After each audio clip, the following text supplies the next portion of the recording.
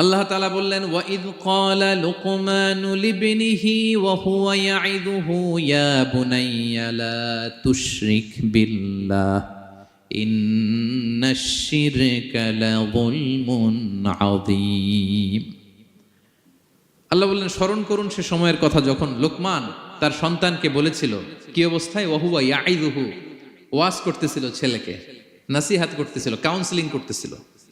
ফ্যামিলিতে এটা খুব জরুরি, নাসিহা করা, একে অপরকে উপদেশ দেয়া। কারণ আদ-দীনু আন-নাসিহা, দিন মানেই কল্যাণ কামনা করা, দিন মানেই অন্যকে কি দেয়া? উপদেশ দেয়া, নাসিহা দেয়া। এটা যেন আমরা দেই। এজন্য ফ্যামিলি কাউন্সেলিংটা জরুরি। নিজেই হুট করে সব সিদ্ধান্ত নেবেন না।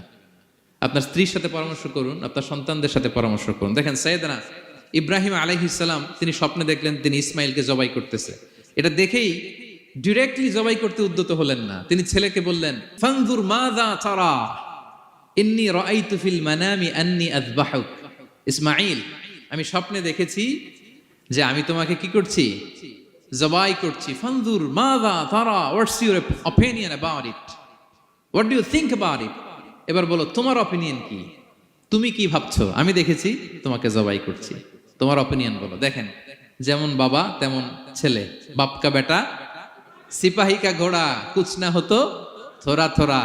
সুবহানাল্লাহ বিহামদি। যেমন বাবা তেমন ছেলে। ছেলে বলে, ইয়া আবাতি ফাআল মা তুমার, বাবা আপনি যা দেখেছেন তাই করেন। সাতাজিদুনি ইনশাআল্লাহু মিনাস সাবিরিন, আপনি অচিরে আমাকে ধৈর্যশীলদের অন্তর্ভুক্ত পাবেন। আল্লাহু আকবার। বাবা আপনি ভয় পাবেন না, বিচলিত হবেন না, আমার কারণে আপনি আল্লাহর কাছে লজ্জিত হবেন না। আপনি যেমনটি দেখেছেন তেমনটি করুন, ভয় পাবেন না, অচিরেই আপনি আমাকে ধৈর্যশীলদের অন্তর্ভুক্ত পাবেন। যেমন বাবা তেমন ছেলে, ঠিক তেমন রেসপন্স, ঠিক তেমন উত্তর। সাথে সাথে বললেন, বাবা আপনি ভয় পাবেন না, করুন।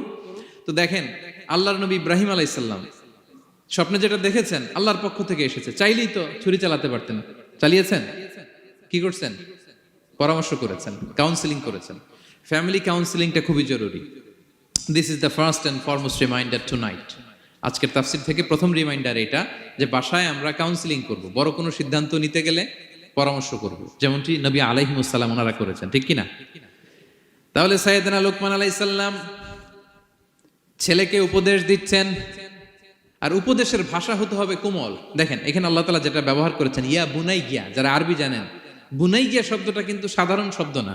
হ্যাঁ, ইবনুন থেকে বুনাই মানে খুব আদর করে ছোট্ট বাচ্চাকে আমরা যেটা ডাকি, ও আমার কলিজার টুকরা সন্তান, ও আমার সোনামণি, হ্যাঁ, ও আমার ছোট্ট মণি, ও আমার বাজান, হ্যাঁ, ও আমার আব্বু। আর কি বলেন ছেলে মেয়েদেরকে আপনি? সায়া। কি এটার মানে কি? হ্যাঁ, ইংরেজিতে বললে ডার্লিং। আর ঠিক আছে, ডার্লিং কিন্তু সবাইরে বলা যায়। মানে যাকে আপনি লাভ করেন, ভালোবাসেন, আপনার ছেলেকে ডার্লিং বলতে পারেন, মেয়েকে বলতে পারেন, আপনার ওয়াইফকে বলতে পারেন, অন্য আবার অন্যান্য নারীদেরকে বলা যাবে না, স্ত্রী পর্যন্ত, হ্যাঁ, কাছের যারা, এদেরকে। তো মালয়েশিয়ান ভাষা তো আমি জানি না, মালয়েশিয়াতে যেটা বলে ওইটা দিয়ে ডাকবেন, খুব সোহাগ দিয়ে, আদর দিয়ে। কারণ নাসিহাতের ভাষা খুব কোমল হতে হয়।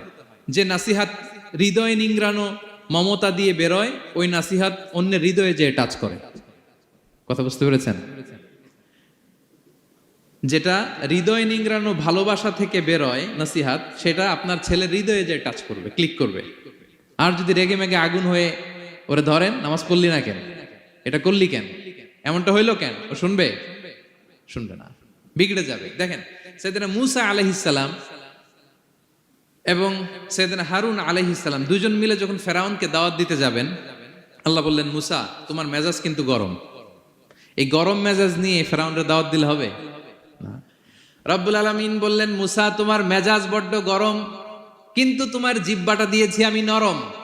এই নরম জিহ্বা দিয়ে ফেরাউনের দরবারে যেয়ে যখন দাঁড়াবা, ফাকুলা লাহু কাওলান লাইয়িনান লাআল্লাহু ইয়াতাযাক্কারু আও ইয়াখশা। সুবহানাল্লাহ পড়েন।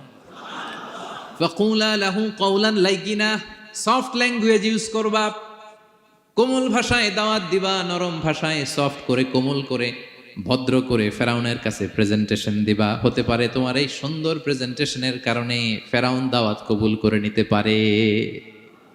দেখেন আমাদের যে অ্যাপ্রোচে ভুল অনেক দায়ীদের, ফেরাউনের মতো কুখ্যাত সন্ত্রাসী এই পৃথিবী আর দেখবে? কথা বলেন না কেন? ফেরাউনের চাইতে বড় গডফাদার, ফেরাউনের চাইতে বড় সন্ত্রাস ডাকাত এই পৃথিবীতে আর দ্বিতীয়টা কেউ এসেছে? তো এই ফেরাউনকে দাওয়াত দেওয়ার জন্য আল্লাহ মুসাকে বললেন, মুসা সফটলি বইল, কোমল ভাষায় বইল, একটু মোলায়েম সুরে বইল, যাতে ওর হৃদয়ে টাচ করে। আর আমরা যাদেরকে খারাপ মনে করি, যাদেরকে আমরা পাপী মনে করি, তারা কি ফেরাউনের চেয়েও খারাপ? হ্যাঁ, তো তাদের কাছে আমরা যখন বার্তা পৌঁছাই, আমরা তো অ্যাগ্রেসিভ হই কেন? আমরা তো অ্যাটাকিং হই কেন? আমরা হিট করে করে কথা বলি কেন? না, দিস ইজ নট দ্য দাওয়া অ্যাপ্রোচ। এইভাবে দাওয়াত দিলে সেই দাওয়াত কোনো ফল বয়ে আনবে না। তো দেখেন আল্লাহ বললেন, ওয়াইদ ক্বালা লুকমানু লিবনিহি ওয়া হুয়া ইয়াইদু, স্মরণ করুন সে সময়ের কথা যখন লোকমান তার ছেলেকে বলেছিল, ওয়াজ করে, উপদেশ দিয়ে, নাসিহা করে, ইয়া বুনাইয়া, ও আমার কলিজার টুকরা সন্তান, ও আমার সোনামণি। যত কোমল ভাষায় আপনার ছেলেকে ডাকতে পারেন, এরকম আদর দিয়ে, সোহাগ দিয়ে, হ্যাঁ, মায়া মমতা মাখা মোলায়েম কণ্ঠে ওকে ডাকবেন। ডেকে কি উপদেশ দিলেন দেখেন। সাইয়েদনা লোকমান প্রথম উপদেশ দিলেন, ইয়া বুনাইয়া, আমার সন্তান, লা তুশরিক বিল্লাহ, ও আমার কলিজার টুকরা বাবা, আল্লাহর সাথে তুমি শিরক করো না। প্রথম উপদেশ, খবরদার আমার কলিজার টুকরা সন্তান, আল্লাহর সাথে শরীক করতে যেও না। আল্লাহর সমকক্ষ কাউকে মনে করো না। আল্লাহকে যেমনি বড় মনে করো, আল্লাহকে যেমনি রিজিক দাতা মনে করো, আল্লাহকে যেমনি পালন কর্তা মনে করো, গোটা বিশ্বের কোন সৃষ্টিকে এমন মনে করো না। লা তুশরিক বিল্লাহ, শিরক করো না। প্রথম অ্যাডভাইস দেখেন, প্রথম অ্যাডভাইসটা অনেক গুরুত্বপূর্ণ। সবচেয়ে জরুরিটা আগে বলতে হয়। কি বলেন? আগে বলতেছে লা তুশরিক বিল্লাহ, ও আমার সন্তান, আল্লাহর সাথে শরীক করো না, কারণ ইন্না শিরকা লা যুলমুন আযীম, আল্লাহর সাথে শিরক বড় পাপ। এটা হচ্ছে যুলমুন আযীম, অনেক বড় জুলুম। এটা মহাপাপ, এটা অনেক বড় জুলুম। শিরকের চাইতে বড় জুলুম আর হতে পারে? শিরকের চাইতে বড় জুলুম আর হতে পারে? কারণ এই জুলুম আপনি সৃষ্টি হয়ে করতেছেন কার প্রতি? বুঝে থাকলে উত্তর দেন। এই জুলুম আপনি সৃষ্টি হয়ে কার প্রতি করতেছেন? আল্লাহর প্রতি। জুলুম কারে বলে দেখি, কে বলতে পারে? অত্যাচার আর মানুষের হক নষ্ট করা। মাশাআল্লাহ, অনেক চমৎকার, এটা জুলুম। তার মানে অধিকার নষ্ট করা। কি বলেন? অধিকার হরণ করা, এটা হচ্ছে জুলুম। ইনসাফ বিরোধী কাজ করা, এটা জুলুম। এই যে আল্লাহ তাআলা আমাদের সৃষ্টি করলেন, অস্তিত্বহীনতা থেকে তিনি আমাদের অস্তিত্ব দিলেন, আমাদেরকে রিজিক দিলেন, নেয়ামত দিয়ে আমাদেরকে ধন্য করলেন। তো আল্লাহ তাআলার অধিকার ছিল না যে তাকেই আমি সেজদা দিব? এটা তার অধিকার। এটা কার রাইট? আমরা হিউম্যান রাইটস নিয়ে কথা বলি, অ্যানিমাল রাইটস নিয়ে কথা বলি, উইমেন রাইটস নিয়ে কথা বলি। ইবাদতের অধিকারী তিনি, এটা তার অধিকার। তার জন্য আমরা সিজদায় লুটিয়ে পড়বো। তো এই সিজদা আপনি ওদিকে না দিয়ে যদি মাজারে দেন, আল্লাহর অধিকার নষ্ট করছেন না? কথা বলেন, এটা ইনসাফ হইছে? যিনি রিজিক দিল, যিনি সৃষ্টি করলো, যিনি নিয়ামত দিল, তার ইবাদত না করে আপনার মতো আরেকটা সৃষ্টির সামনে আপনি এরকম নমস্ত নমস্ত গান, এটা তার অধিকার হরণ হয়েছে না? এটা ইনসাফ বিরোধী হয়েছে না? এজন্য আল্লাহ বলেছেন, ইন্না শিরকা লা যুলমুন আযীম। শিরকে সবচেয়ে বড় জুলুম বলার কারণ কি? কারণ আপনি সৃষ্টি হয়ে স্রষ্টার উপর জুলুম করেছেন। এর চেয়ে বড় জুলুম আর হতে পারে? এজন্য সাইয়েদনা লুকমান আলাইহিস সালাম বললেন, ইয়া বুনাইয়া লা তুশরিক বিল্লাহ, ও আমার কলিজার টুকরা সন্তান, খবরদার খবরদার, কশিন কালেও আল্লাহর সাথে শিরক করবে না। কারণ শিরক হলো সবচাইতে বড় জুলুম, সবচেয়ে বড় পাপ, সব পাপের বাপ। এর নাম হচ্ছে শিরক। এর চেয়ে বড় পাপ হতে পারে? পাপের জগতে যদি র্যাঙ্কিং করেন, নাম্বার 1 সবাই নাম্বার 1। আল্লাহ সব মাফ করে দেয়, সব গুনাহ তিনি ক্ষমা করে দেয়, সব পাপকে তিনি চাইলেই মোচন করে দিতে পারেন, শুধুমাত্র কেবলমাত্র শিরকের গুনাহ ছাড়া। ঠিক কিনা? ইন্নাল্লাহা লা ইয়াগফিরু আন ইউশরাকা বিহি ওয়া ইয়াগফিরু মা দুনা যালিকা লিমান ইয়াশা। আল্লাহ তাআলা চাইলে সব গুনাহ তোমার ক্ষমা করে দিতে পারেন, কেবলমাত্র শিরকের গুনাহ ছাড়া। এটা ক্ষমা করে না, কারণ এইটা আল্লাহকে অপমান করার শামিল। ঠিক কিনা? আল্লাহর উদাহরণ বাদ দেই, আপনার বস যে আপনাকে খুব ভালোবাসে, যে আপনাকে স্যালারির বাইরেও আরো অনেক কন্ট্রিবিউশন করে, টাকা দেয়, আদর করে, এই সুবিধা দেয়, ওই সুবিধা দেয়, আপনি উনারে শ্রদ্ধা না দেখাইয়া এই শ্রদ্ধা আপনি অন্যদের দেখান, কিন্তু উনারে শ্রদ্ধা করেন না, উনি এটা মেনে নিবে? কথা বলেন। যে আল্লাহ আপনার জীবন দিলেন, রিজিক দিলেন, সব দিলেন, গোটা জগৎটাই তো তা, সব দেওয়ার পরেও সিজদা যে আপনি কোথায় দেন? হ্যাঁ, মাজারে, দরগায়, বাবার কাছে। এরকম আছে না নাই? হ্যাঁ, আমাদের এখানে কেউ নাই। হ্যাঁ, দেশে গেলে এরকম মাজারে যে মানত টানত করেন নাকি? হ্যাঁ, মানত করেন? মাজারে সেজদা দেওয়া যাবে? চাইতে হবে একটা সত্তার কাছে। চিল্লায় বলুন তো তিনি কে? এজন্য বিশ্বনবী বলেন, ইযা সাআলতা ফাসআলিল্লাহ, চাইলে আল্লাহর কাছে চাও। ওয়া ইযা ইসতাআনতা ফাসতাইন বিল্লাহ, সাহায্য যদি চেতে হয় একজনের কাছে চাইবা। চিল্লায় বলেন তিনি কে? নাকি বাবার কাছে? হ্যাঁ, দয়াল বাবা রে দয়া করো আমারে। আপনার বাবার যখন ডায়রিয়া হয় উনি চায় কার কাছে? আপনার বাবা যখন বিপদে পড়ে কাঁদে কার কাছে? এই জন্য আমরা চাবো কার কাছে? দয়াল আল্লাহ রে দয়া করো আমারে, এটা বলতে হবে, ঠিক কিনা? বলেন সবাই, দয়াল আল্লাহ রে দয়া করো আমারে। এজন্য এই জিনিসটা সাইয়েদনা লুকমান আলাইহিস সালাম প্রথমে ফোকাস করলেন, বললেন লা তুশরিক বিল্লাহ, ও আমার কলিজার টুকরা সন্তান, আল্লাহর সাথে শিরক করো না, খবরদার। আল্লাহর সাথে কাউকে সমকক্ষ মনে করবা না, কারণ ইন্না শিরকা লা যুলমুন আযীম, শিরিক হলো সব চাইতে বড় পাপ, মহা জুলুম। এই জুলুম আল্লাহর প্রতি করা হয়।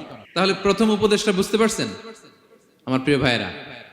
আল্লাহর সাথে শিরক করা চলবে না। চাইবো কার কাছে? সন্তান হয় না, কই চাবেন? নাকি মাজারে?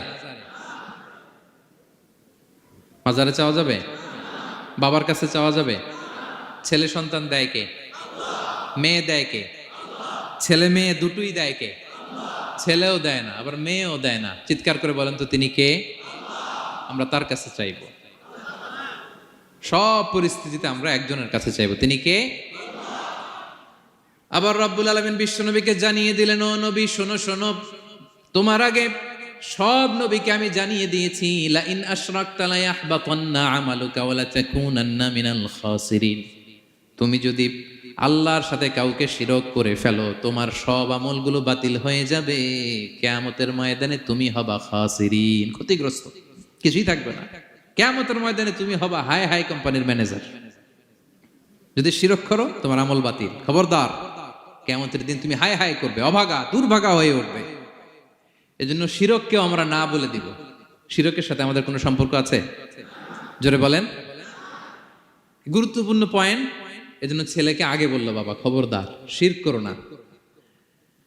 আবার হাদিসে কুদসিতে রব্বুল আলামিন বলেন, গোলাম কিয়ামতের কঠিন ময়দানে গোটা জমিন পরিমাণ গুনার বোঝা নিয়ে যদি তুমি আমি আল্লাহর দরবারে হাজির হয়ে যাও, আর ওই গুনার বোঝার মধ্যে যদি শিরকের গুনাহ না থাকে, আমি আল্লাহ গোটা জমিন পরিমাণ ক্ষমার বস্তা নিয়ে তোমার কাছে হাজির হয়ে যাব। কথাটার ওজন দেখছেন? জমিন পরিমাণ গুনাহ নিয়ে আসছো আমার কাছে কিয়ামতের দিন। ওই গুনার মধ্যে অনেক ধরনের গুনাহ, নামাজ পড়ো নাই, রোজা রাখো নাই, এই করছো সেই করছো, কিন্তু এই গুনার বিশাল পৃথিবী পরিমাণ গুনার বোঝার মধ্যে শিরকের গুনাহ নাই। তাহলে আমি আল্লাহ এই দুনিয়া পরিমাণ ক্ষমার বোঝা নিয়ে তোমার কাছে চলে আসবো। শিরক করা যাবে? তাহলে প্রথম উপদেশ দিলেন, হে আমার কলিজার টুকরা সন্তান, শিরক করো না, শিরক করো না। আমার ভাইয়েরা, আমার কলিজার টুকরা ক্লাঙের ভাইয়েরা, সন্তানদেরকে এই শিরকের ব্যাপারে, শিরকের ভয়াবহতার ব্যাপারে আপনাকে জানাতে হবে। It's your duty. আপনি শুধু বাবা হইলেই চলবে না, আপনার ছেলে মেয়ে কোন পথে চলবে এটা আপনাকে ঠিক করে দিতে হবে। ওরা এখন ছোট, ছোট থেকে যদি এই তাকওয়ার সফটওয়্যারকে ইনস্টল করে দেন, ওই সফটওয়্যার দিয়ে তার জীবন চলবে, ঠিক কিনা?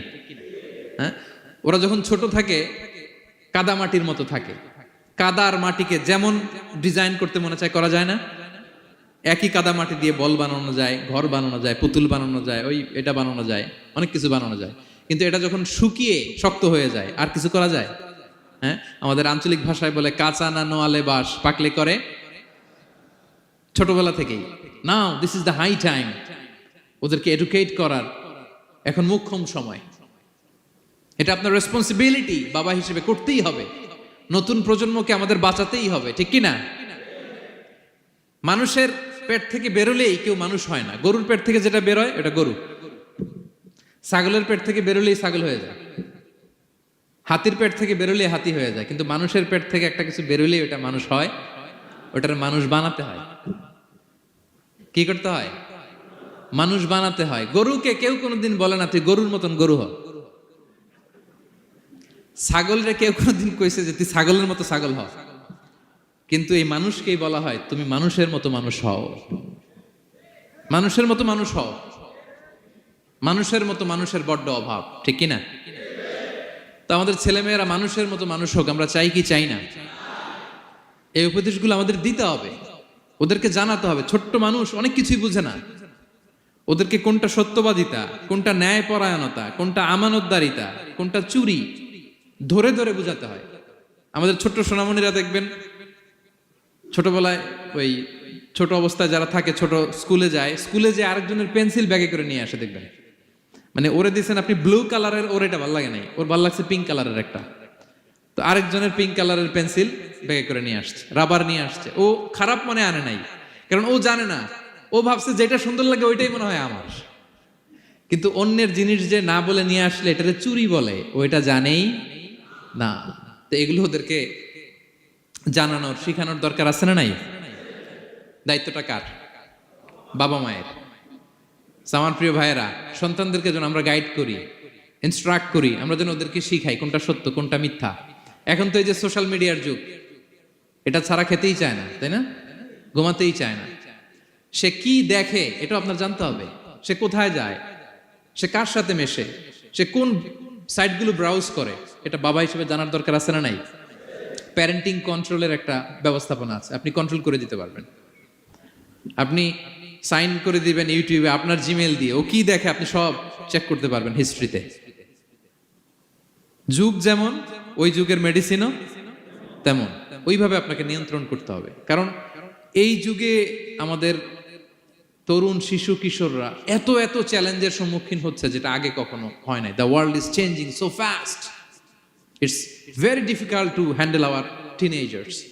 ওদের প্রশ্ন শুনলে আপনি অবাক হয়ে যাবেন। আমি উত্তর দিতে পারি না মাঝে মাঝে, আমার ছোট মেয়ের অনেক প্রশ্নের উত্তর দিতে পারি না, মানে পারি, ও মানতে চায় না, আর্গুও করে, এমন এমন কথা বলে যেগুলো আমরা 10-15 বছর বয়সেও শিখি নাই। আজকে 5-6 বছরের ছোট বাচ্চা, ছেলে মেয়ে আপনাকে এমন প্রশ্ন করবে আপনি অবাক হয়ে যাবেন। এই জন্য ছোটবেলা থেকেই ওদের মন মস্তিষ্কের ভেতরে এই ইসলামের শিক্ষাটা ঢুকাই দিতে হবে। আমার ভাইয়েরা, ইসলাম সেটাই চায়। যে এইমাত্র জন্মগ্রহণ করছে যে বাচ্চাটা, নবজাতক, নিউ বর্ন বেবি, ওর আমল নামা শুরু হয়েছে? সবাই বলেন, এইমাত্র ভূমিষ্ঠ একটা বাচ্চার আমল নামা শুরু হয়েছে। তারপরে ইসলাম বলে ওর কানের সামনে আল্লাহু আকবার, আল্লাহু আকবার বলে আল্লাহর নামটা ঢুকিয়ে দাও। এখনো আমল নামা শুরু হয় নাই, এখনো ভালো খারাপের কিছুই হয় নাই, তারপরও আল্লাহ বলে দুনিয়াতে আসার সাথে সাথে আজান দিয়ে ইসলামের কথাটা কানের ভেতরে ঢুকায়া দাও। আমাদের দায়িত্ব হচ্ছে ওদেরকে এডুকেট করা। 1 নাম্বার উপদেশ তিনি দিলেন, লা তুশরিক বিল্লাহ, শিরক করো না। শিরক মহাপাপ। এই পয়েন্টটা বুঝতে পারছেন সবাই?